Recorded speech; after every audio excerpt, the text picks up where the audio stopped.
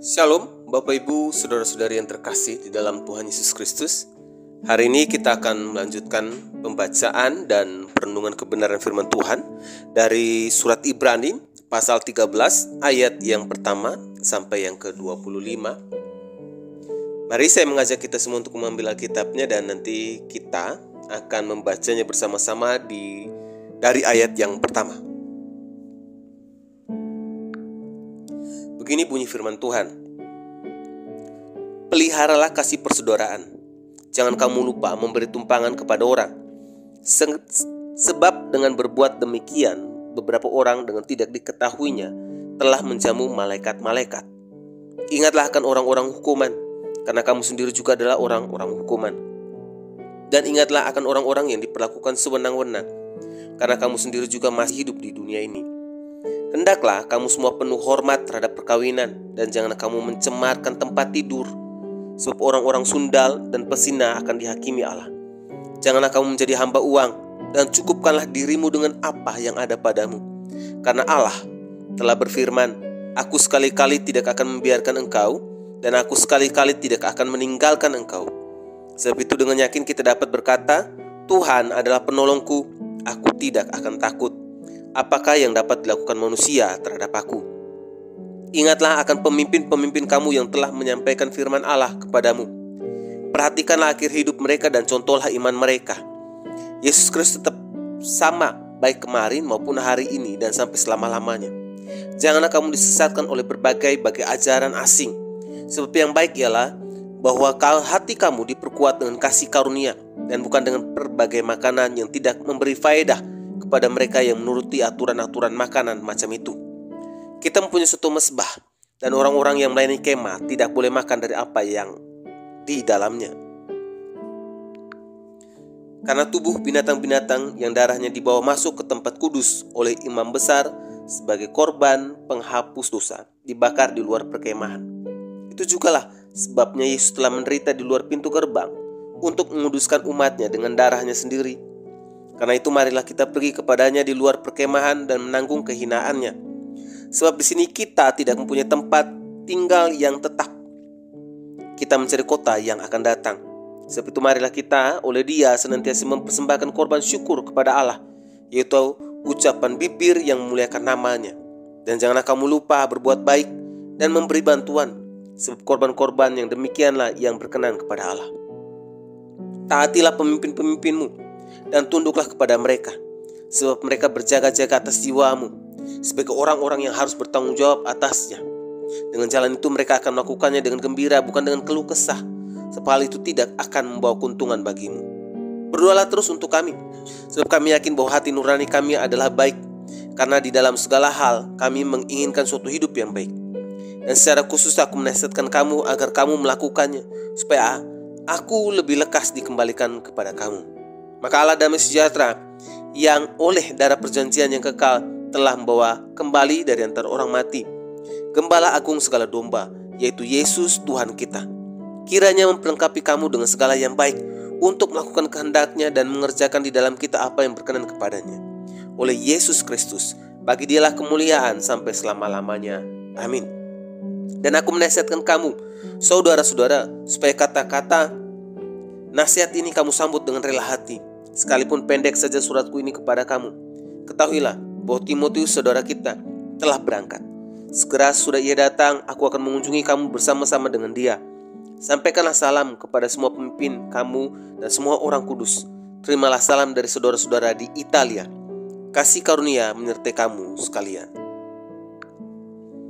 Bapak Ibu saudara-saudari yang terkasih di dalam Tuhan, renungan hari ini terambil dari surat Ibrani pasal 13 ayat yang pertama sampai yang ke-25. Namun hari ini kita akan coba membahas bersama secara ringkas dari Ibrani pasal 13 ayat yang ke-7 sampai 17 saja, tentang perintah yang berkaitan dengan kehidupan beragama. Bapak Ibu saudara-saudari yang terkasih dalam Tuhan Yesus, dalam bagian ini para pembaca pertama diperintahkan agar tetap setia, mencontoh iman pemimpin-pemimpin mereka. Bagian ini dimulai dan ditutup dengan perintah yang berkaitan dengan pemimpin-pemimpin mereka. Akhir hidup mereka mungkin menunjuk kepada upah yang akan mereka peroleh karena mereka setia. contohlah iman mereka. Hampir sama dengan apa yang dikatakan di dalam pasal 6 ayat 12. Menjadi penurut-penurut mereka yang oleh iman dan kesabaran mendapat bagian dalam apa yang dijanjikan Allah. Kalau para pembaca berpikir, ya dulu kami bisa setia ketika kami masih mempunyai pemimpin-pemimpin yang hebat. Tapi sekarang keadaan sudah berbeda karena mereka sudah meninggal. Dan karena ini dan itu, maka mereka harus ingat bahwa Yesus Kristus tetap sama. Baik kemarin pada waktu mereka setia seperti diceritakan dalam pasal 6 ayat 10 sampai 11 dan pasal 10 ayat 32 sampai 34. Maupun hari ini di mana mereka boleh menikmati penggenapan janji-janjinya. Menurut pasal 13 ayat 9, karena Yesus Kristus tidak berubah, maka kita tidak perlu memperhatikan berbagai ajaran asing itu. Mungkin ajaran-ajaran asing itu hendak menarik kembali para pengikutnya dengan menetapkan peraturan untuk makanan yang seolah-olah lebih suci. Atau ajaran-ajaran itu seolah-olah menghasilkan pengorbanan dan mezbah yang istimewa. Tetapi yang jelas kita mempunyai suatu mezbah. Ini merupakan suatu kiasan untuk pengorbanan Kristus. Dan imam-imam menurut peraturan Lewi tidak boleh makan dari mezbah itu, di mana Yesus telah dikorbankan. Sehingga kita tidak usah repot dengan berbagai makanan. Pada masa ini, para pakar bangsa Yahudi menulis dan menyusun Mishnah. Mishnah itu maksudnya kumpulan tradisi mereka yang banyak memperhatikan tentang berbagai makanan. Mungkin para pembaca pertama tertarik kepada guru-guru ajaran sesat yang menganggap diri mereka sebagai imam-imam baru dan kelompok mereka sebagai umat Israel yang sejati. Kita bisa lihat di dalam Qumran dekat Laut Mati. Kalau memang demikian, maka pasal 13 ayat 14 itu sangat tepat. Kita harus keluar dari perkemahan dan tidak boleh ikut menikmati persekutuan orang yang sudah menolak juru selamat kita, yang sudah menderita di luar pintu gerbang, yaitu di luar lingkungan agama Yahudi.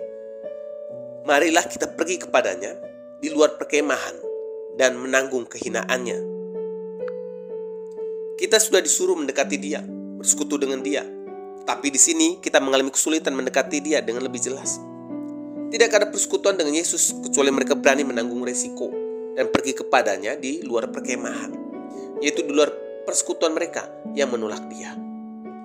Pengharapan kita untuk kota yang akan datang, upah kita, memungkinkan kita untuk meninggalkan persekutuan rohani dengan mereka yang menolak Tuhan Yesus. Dalam pelayanan penulis surat Ibrani dan dalam pelayanan kita, yang berkuasa mengubah hati orang adalah kasih karunia Allah dan bukan aturan-aturan makanan. Maka dalam pasal 13 ayat 15 sampai 17 hari ini menceritakan secara ringkas cara hidup orang percaya yang mendekati Yesus, senantiasa mempersembahkan korban syukur, berbuat baik dan menaati pemimpin-pemimpin. Jelas sesuai dengan cara hidup yang selalu mendekati Tuhan Yesus. Bapak Ibu Saudara yang terkasih dalam Tuhan Yesus, apa yang dapat kita pelajari sebagai umat yang hidup di masa kini? Dari perenungan firman Tuhan hari ini ada dua. Yang pertama, teruslah setia dalam mempercayai dan mengikut Tuhan Yesus. Apapun itu situasinya, apapun itu kondisi yang kita alami hari ini, baik atau tidak baik keadaannya kita, sehat maupun sakitnya kita hari ini, berlimpah maupun kekurangan keuangan yang kita alami hari ini, tetaplah setia mengikuti Tuhan. Ada orang yang mendukung kita ataupun ditinggalkannya kita sendiri, ingatlah tetap setia ikut Tuhan. Ada orang-orang hebat maupun tidak ada satupun yang dapat kita andalkan hari ini. Firman Tuhan bilang tetap setia ikut Tuhan. Yang lain berhasil, saya kok begini-begini saja hidupnya. Ingat, jangan bandingkan proses hidupmu dan berkatmu dengan orang lain, karena semua ada bagian dan waktunya masing-masing. Tetap teruslah fokus untuk setia mengikuti Tuhan. Ingat ini dengan baik, Tuhan tetap sama baik kemarin, tahun lalu maupun hari ini. Tuhan Yesus tidak berubah. Setiap ketekunanmu, setiap kesetiaanmu dengan semua pengorbanan yang sudah kita lakukan untuk Tuhan, semua ada upahnya. Jadi tetaplah setia mengikuti Tuhan dan tetap hidup dalam persekutuan dengan semua jemaat di dalam Kristus. Yang kedua, hari ini kita semua diingatkan dalam ayat 17 untuk menaati pemimpin-pemimpin rohani seperti pendeta, hamba Tuhan yang sudah bekerja keras yang sudah memimpin kerohanian jemaat dan berjaga-jaga atas jiwa jemaat. Nah, dari ayat ini kita semua belajar, mari hormati para pendeta. Mari hormati para hamba Tuhan. Kalau kita ditegur karena kesalahan, belajar untuk terima dengan penuh ketaatan untuk berubah. Karena kalau mau dipikir-pikir, tidak ada keuntungan bagi para pendeta atau hamba Tuhan yang mau mengambil risiko hanya mau menegur kesalahan dan dosa kita sebagai jemaat. Apa untungnya bagi mereka? Tidak ada untungnya sama sekali. Malah bisa saja jadi masalah bagi diri mereka sendiri. Tapi kalau mereka mau mengambil resiko itu, berarti mereka mau bayar harga apapun akibatnya. Semua yang mereka lakukan para pendeta dan hamba Tuhan tujuannya agar jiwa kita diselamatkan. Jadi kalau hari ini kita ditegur dan dinasihati oleh para hamba Tuhan, ingat, jangan marah. Ingat, jangan benci. Dan jangan malah merencanakan yang jahat terhadap hamba Tuhan atau pendeta kita hari ini. Ingat ini, bahwa kita sedang berhadapan dengan Tuhan Yesus yang mengutusnya kalau kita melakukan hal demikian. Karena Yesus mengutus mereka, memakai hidup mereka, membimbing hidup kita agar berjalan di dalam terang jalan Kristus. Maka kalau kita berurusan dan merencanakan hal-hal jahat terhadap hidup mereka, maka kita sedang berurusan dengan Yesus yang mengutus hidup mereka. Oleh sebab itu, apa baiknya? Ya terima setiap teguran dan nasihat mereka. Entahkah itu enak dia dengar maupun tidak, belajarlah terima dengan ketaatan. Karena tujuan mereka jelas, agar hidup kita sebagai jemaat tetap berjalan dalam terang Tuhan Yesus. Mari kita berdoa. Ya Tuhan, kami bersyukur melalui kebenaran firman Tuhan hari ini kami semua belajar untuk setia pada Yesus Kristus dan taat kepada pemimpin rohani kami. Mari Tuhan, pimpin dan tuntun kami agar terus berjalan dalam terang firman-Mu. Di dalam nama Tuhan Yesus kami sudah berdoa. Amin. Kiranya renungan hari ini terus menguatkan langkah iman kita dalam mengiringi Tuhan Yesus. Ingat, tetap teruslah berdoa, tetap teruslah percaya, dan tetap teruslah bersyukur. Tuhan Yesus memberkati.